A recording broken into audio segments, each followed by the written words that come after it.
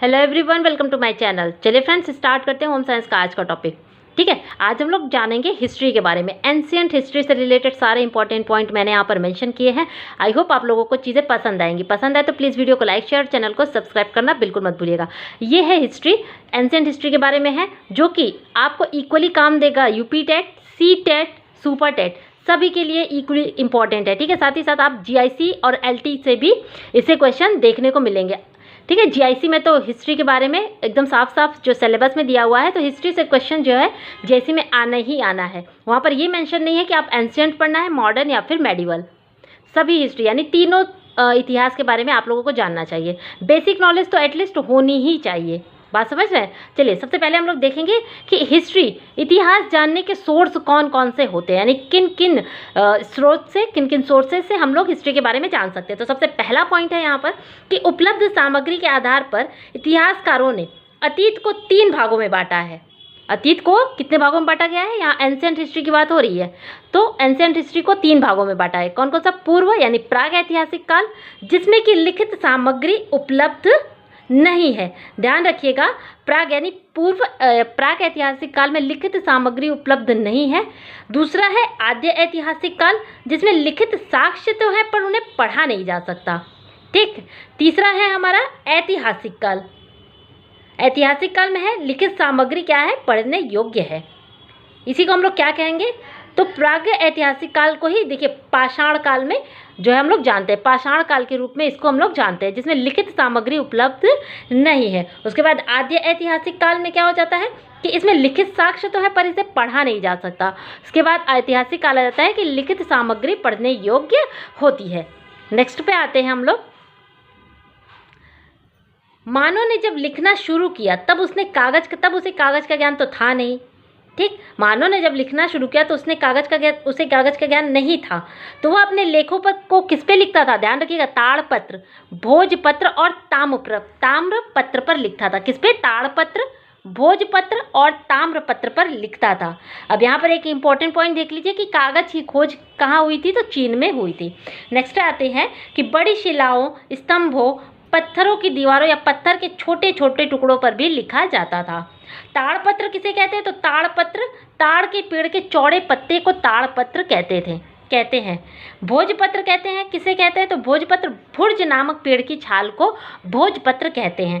ताम्रपत्र, तो तांबे के पतले एवं चपटे टुकड़े को ताम्रपत्र कहते हैं। आगे देखते हैं स्तंभ लेख किसे कहते हैं? तो पत्थर के खंभों पर, इस तरीके से खंभे होते हैं ना, उस पर लिखे गए लेख क्या होते हैं? तो स्तंभ लेख कहते हैं। आप लोगों ने देखा होगा कि जो सम्राट अशोक ने बहुत सारे स्तंभ लेख लिखे हुए हैं, उनके बहुत सारे स्तंभ लेख हैं। ठीक है, आगे देखते हैं शिलालेख। पत्थर की चट्टानों पर लिखे लेख कैसे होते हैं? तो शिलालेख होते हैं। आगे देखते हैं फटाफट से। पुरातात्विक वस्तुओं का काल निर्धारण कैसे हम लोग जान पाएंगे कि कौन सी वस्तु कितनी पुरानी है, कौन सी वस्तु कितनी पुरानी है, यह हम लोग कैसे जान पाएंगे? तो ये हम लोग जान सकेंगे कार्बन 14 यानी कि R14 की मदद से हम लोग वस्तुओं का काल निर्धारण कर सकते हैं। कैसे? देखिए, भौतिक द्वारा प्राचीन जैव वस्तुओं की तिथि निर्धारित की जाती है। सभी सजीव वस्तुओं में रेडियोधर्मी कार्बन होता है। ध्यान रखिएगा, सभी सजीव वस्तुओं में रेडियोधर्मी कार्बन होता है, जिसे भौतिकी की भाषा में कार्बन 14 कहा जाता है। प्रत्येक सजीव एक निश्चित मात्रा में कार्बन ग्रहण करता है। मृत हो जाने पर वे वायुमंडल से कार्बन 14 ग्रहण करना बंद कर देते हैं। तो रेडियोधर्मिता के कारण मृत वस्तुएं एक निश्चित मात्रा में कार्बन 14 क्या करने लगती है? फिर खोने लगती हैं। तो किसी मृत वस्तु में निहित कार्बन 14 की मात्रा का पता लगाकर भौतिक वैज्ञानिक उस वस्तु की आयु का पता लगा सकते हैं। ठीक है, किसकी सहायता से? तो कार्बन 14 की सहायता से। यहाँ तक चीज़ें क्लियर हो गई? आगे बढ़ते। नेक्स्ट है हमारा कि पाषाण काल। ठीक है, पाषाण काल कितने भागों में विभाजित है? तो 3 भागों में। पूरा पाषाण काल, मध्य पाषाण काल और नवपाषाण काल। तो पूरा पाषाण काल में भी देखिए 3 पार्ट हैं, निम्न पूरा पाषाण काल, मध्य पूरा पाषाण काल और उच्च पूरा पाषाण काल। तो आगे बढ़ते हैं कि मानव नदियों तथा झीलों के किनारे रहता था, क्योंकि उसे शिकार करना क्या होता है? आसान होता था। शिकार से प्राप्त मांस मुख्य भोजन था। यानी कि पाषाण काल में एग्जाम में पूछ सकता है कि पाषाण काल में मुख्य भोजन क्या था? तो पाषाण काल में आप लोग बिल्कुल आसानी से लगा सकिएगा कि पाषाण काल में मुख्य भोजन क्या था? मांस मुख्य भोजन था, क्योंकि उन्हें अनाजों का ज्ञान नहीं था। ठीक है, तो कंदमूल और फल भी थे, लेकिन मुख्य भोजन क्या था? तो मुख्य भोजन मांस ही था। कोई स्थायी आवास नहीं था उनका। आग की खोज इसी युग में की गई थी। ध्यान रखिएगा कि पूरा पाषाण काल में ही आग की खोज की गई थी, लेकिन इसका इस्तेमाल कैसे करना है ये उन्हें ज्ञान नहीं था। ठीक है, खोज कब की गई थी? तो पूरा पाषाण काल में की गई थी, लेकिन उनको इसका उपयोग कैसे करें इसका ज्ञान नहीं था। कि आगे बढ़ते हैं। किंतु उसे आग का इस्तेमाल करना नहीं आता था, तो उच्च पुरापाषाण काल में चित्र बनाना सीख लिया था। उसके बाद मृतकों को कब्र में दफनाना प्रारंभ कर दिया, हड्डी से औजार बनाना भी प्रारंभ कर दिया। आगे बढ़ते हैं। इस युग में मानव झुंड बनाकर शिकार करते थे। किसमें? मध्य पुरापाषाण काल में मानव जो है वह झुंड बनाकर शिकार करते थे। यूपी के मिर्जापुर जिले में मिली गुफाओं से पता चलता है कि मानव समूह में रहते थे। यह मानव के आखिर तक की अवस्था थी। ठीक है, यह मानव के आखिर तक की अवस्था थी। तो देखिए, पूरा पाषाण काल के कुछ मेन पॉइंट क्या थे? तो मुख्य भोजन मांस था, कोई स्थायी आवास नहीं था, आग इस युग की महान उपलब्धि थी। ध्यान रखिएगा, पाषाण काल की महान उपलब्धि थी आग की खोज, लेकिन उन्हें इस्तेमाल करना इन्हें नहीं आता था। आखिर तक इनका मुख्य व्यवसाय था, मतलब कि यह मानव आखिर तक की अवस्था थी। ठीक है, शिकार करके अपने भोजन पाता था, खेती करना उसे नहीं आता था। आगे बढ़ते हैं, मध्य पाषाण काल की तरफ बढ़ते हैं। ठीक है, मध्य पाषाण काल। तो औजार छोटे हो गए, पहले बड़े बड़े और भद्दे औजार थे, और मध्य पाषाण काल में क्या हो गया? औजार छोटे हो गए। जलवायु पहले की अपेक्षा गर्म हो गई, पृथ्वी की उर्वरा शक्ति का विकास हुआ, छोटे जानवर जैसे हिरण, भेड़, बकरी, खरगोश पैदा हुए। मानव घास को एकत्र करने लगा। इन घासों से कई अनाजों की पूर्वज भी थी। इनका प्रयोग मानव ने अपने भोजन में किया। इस प्रकार अब वह संग्राहक बन गया। ठीक है, पाषाण काल में क्या था? पाषाण काल में था वह आखिर तक। मध्य पाषाण काल में क्या बना? वह संग्राहक बन गया। ठीक है, संग्राहक बन गया। कुत्ता मानव का प्रथम पालतू पशु है। स्टार मार्क कर लीजिए, कई बार क्वेश्चन पूछा गया है कौन सा पशु मानव का पहला पालतू पशु है? तो कुत्ता मानव का प्रथम पालतू पशु है। नेक्स्ट हमारा मध्य प्रदेश का भीमबेटका स्थल पूरा पाषाण काल की अद्भुत कृति है। भीमबेटका कहाँ है? तो मध्य प्रदेश में है। यह भोपाल से 45 किलोमीटर दूर दक्षिण विंध्य पर्वत पर स्थित है। किस पर्वत पर स्थित है? तो विंध्य पर्वत पर स्थित है। इनमें बहुत सारे पशु पक्षी और मानव के चित्र भी अंकित है।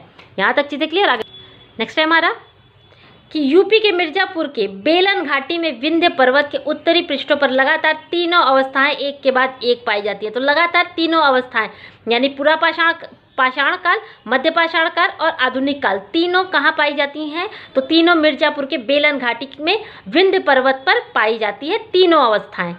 ठीक है, यही बात नर्मदा घाटी के मध्य भाग की भी, यानी नर्मदा घाटी में भी यही चीज़ सेम चीज़ होती थी, वहाँ पर भी तीनों अवस्थाएं पाई गई हैं। आगे बढ़ते हैं, नवपाषाण काल की तरफ बढ़ते हैं। मानव ने जब खेती करना प्रारंभ किया तभी से नवपाषाण काल प्रारंभ हो गया। तो कृषि के कारण मानव अब संग्राहक से क्या बन गया? उत्पादक बन गया। दूसरे में क्या बना था? संग्राहक बन गया था। अब तीसरे में क्या हो गया? वह उत्पादक बन गया। हत्तेदार कुल्हाड़ी, हाशिया प्रमुख औजार थे। धीरे धीरे बस्तियां बनने लगी, गांव बनने लगे। मिट्टी के बर्तन बनाना एवं उन पर नक्काशी और चित्रकारी का प्रयोग किया गया। पहिए का आविष्कार, स्टार मार्क कर लीजिए, पहिए का आविष्कार किस युग की देन है? तो पहिए का आविष्कार नवपाषाण काल की महान देन है। ठीक है, नवपाषाण काल की ही देन है।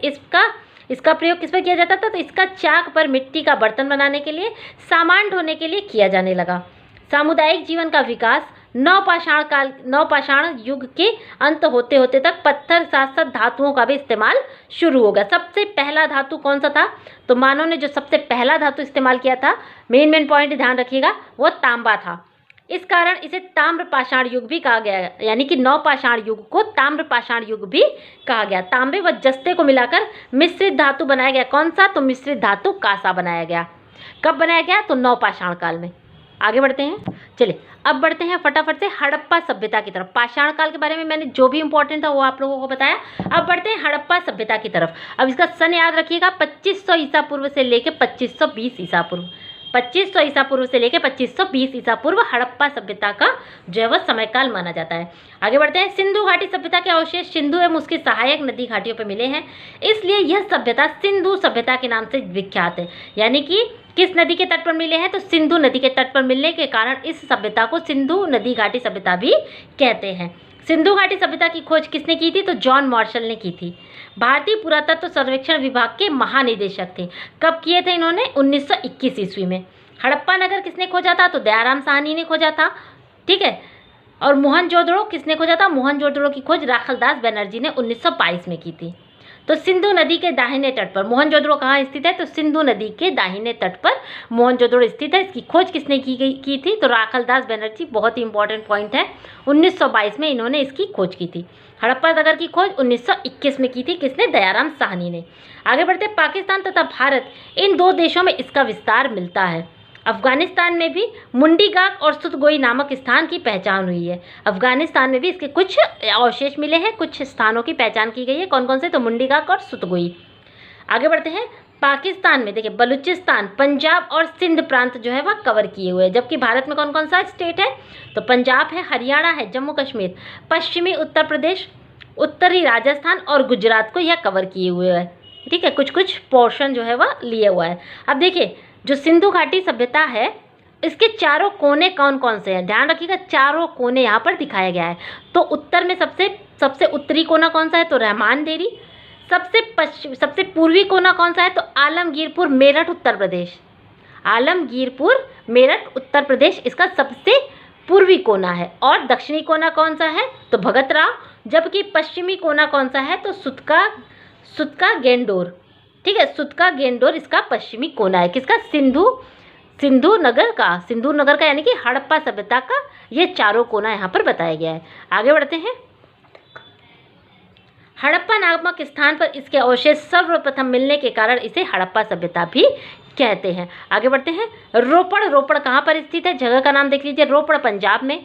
कालीबंगा राजस्थान किसके लिए फेमस है? तो चूड़ियों के लिए फेमस है। लोथल जो है वह लोथल गुजरात में है। ठीक है, धौलावीरा और लोथल गुजरात में है और दायमाबाद महाराष्ट्र में पड़ता है। आगे बढ़ते हैं, खान पान क्या था? तो खान पान था शाकाहारी एवं मांसाहारी दोनों प्रकार का था। गेहूं, जौ व दाल, चावल मुख्य पदार्थ थे। आभूषण क्या थी? तो अंगूठी थी, चूड़ियाँ, नथुनी, कर्णफुल, करधनी, मूल्यवान पत्थर, सोना, गोमेद, पन्ना, हीरा, मूंगा, ये सब क्या थे?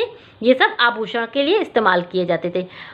आगे बढ़ते, मनका बनाने का कारखाना चौहुंदड़ों से प्राप्त हुआ। यानी चौहुंदड़ों में क्या प्राप्त हुआ है? तो चौहुंदड़ों में मनका बनाने का कारखाना प्राप्त हुआ है। अभी तक ध्यान रखिएगा, लोहे का ज्ञान नहीं हुआ था, सभी चीज़ों का ज्ञान नहीं हो गया था, लेकिन लोहे की खोज अभी तक नहीं हुई थी। ध्यान रखिएगा, चौहुंदड़ो पाकिस्तान में है, किसके लिए प्रसिद्ध है? तो चौहुंदड़ो चूड़ियों के लिए, आभूषणों के लिए प्रसिद्ध है। चलिए, कृषि अर्थव्यवस्था में प्रथम स्थान पर क्या आता था? तो पशुपालन आता था। ठीक है, पशुपालन आता था, आर्थिक जीवन का दूसरा आधार था। कृषि अर्थव्यवस्था में प्रथम स्थान रखता था, जबकि पशुपालन आर्थिक जीवन बिताने के लिए दूसरा आधार था। प्रथम अर्थव्यवस्था के लिए कृषि ही प्रथम था। मातृशक्ति की पूजा होती थी, पशुपति यानी शिव नामक देवता की पूजा करते थे। मोहनजोदड़ो में मुहर में क्या था? तो मुहर में देखिए बीच में सींग वाले त्रिमुखी पुरुष का चित्र बना है। दाहिनी तरफ एक हाथी है, एक बाघ है, बाईं तरफ एक गैंडा और एक भैंस का चित्र बना हुआ है। सिंहासन के नीचे 2 हिरण हैं।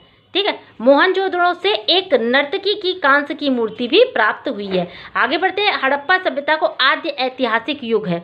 हड़प्पा सभ्यता आद्य ऐतिहासिक युग है। लोथल में क्या प्राप्त हुआ है? तो लोथल में हमें बंदरगाह प्राप्त हुआ है, बंदरगाह। ठीक है, लोथल मुख्यतः व्यापारिक नगर था। मुख्य रूप से व्यापारिक नगर कौन था? तो लोथल। किस वजह से था? तो बंदरगाह के कारण। यह सभ्यता कांस्य युगीन सभ्यता थी। इसके पहले हम लोगों ने तांबे की सभ्यता पढ़ी थी, ताम्र सभ्यता। इसके बाद हम लोग कांस्य युगीन, यानी कि हड़प्पा सभ्यता कैसी सभ्यता थी? तो कांस्य युगीन सभ्यता थी। हड़प्पा सभ्यता भारत की पहली नगरीय सभ्यता थी, ये भी ध्यान रखिएगा। सभी भारतीय लिपियां बाएं से दाएं लिखी जाती हैं, लेकिन हड़प्पा की लिपियां कैसे लिखी जाती हैं? तो दाएं से बाएं। बाकी सारी लिपियां बाएं से दाएं लिखते हैं, लेकिन हड़प्पा की लिपि कैसे लिखी जाती है? तो बाएं से दाएं, बाएं से दाएं, इस तरीके से। ठीक है, इस तरीके से हड़प्पा सभ्यता की लिपियां हैं। आगे देखते हैं, सुव्यवस्थित नगर योजनाएं।